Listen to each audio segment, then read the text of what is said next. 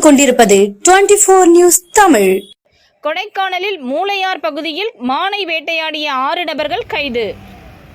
திண்டுக்கல் மாவட்டம் மேற்கு தொடர்ச்சி மலையில் அமைந்துள்ள கொடைக்கானலில் கீழ்மலை கிராமங்களில் ஒன்றான மூளையாறு பகுதியில் தனியாருக்கு சொந்தமான விவசாய தோட்டத்திற்கு போடப்பட்ட தடுப்பு வேலியில் மாட்டி உயிருக்கு போராடி கொண்டிருந்த கடமானை கொன்று டிராக்டர் மூலம் வேறு இடத்திற்கு எடுத்துச் சென்று மூளையார் பகுதியைச் சேர்ந்த செல்வகுமார் வயது 28, ராஜேஷ் கண்ணன் வயது 24, அஜித் வயது 29, சிவராமன் வயது 27, ராமகிருஷ்ணன் வயது 45, பிரவீன் வயது 24 ஆகிய 6 பேர் சேர்ந்து கொன்று உயிருக்கு போராடி கொண்டிருந்த கடமானை கைப்பற்றி வேறு ஒரு இடத்திற்கு எடுத்து சென்றுள்ளனர்.